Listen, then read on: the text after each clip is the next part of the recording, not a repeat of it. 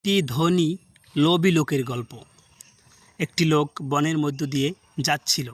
তখন একটি পরীকে দেখতে পেল এবং পরীর চুল গাছের ডালে আটকে গিয়েছিল। তখন পরী লোকটিকে বলল, আমাকে একটু সাহায্য করো।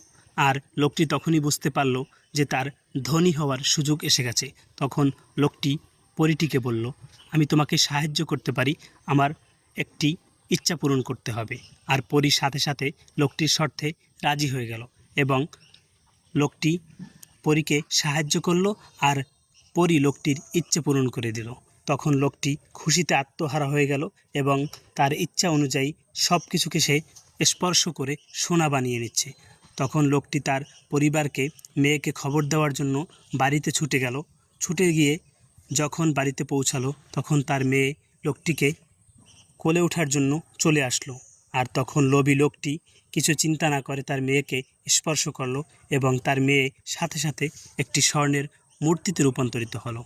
তখন লোভী লোকটি কী করবে বুঝতে পারছিল না। সে অবাক হয়ে কাঁদতে লাগলো এবং ওই পরীকে খুঁজতে লাগলো যে তার ইচ্ছা ফিরিয়ে নেওয়ার জন্য। কিন্তু লোভী লোকটি আর পরীকে কখনোই পেল না এবং তার জীবন, তার অতি লোভের ফল, তার মেয়ে মূর্তি হয়ে ওভাবেই তার জীবন কাটতে হলো।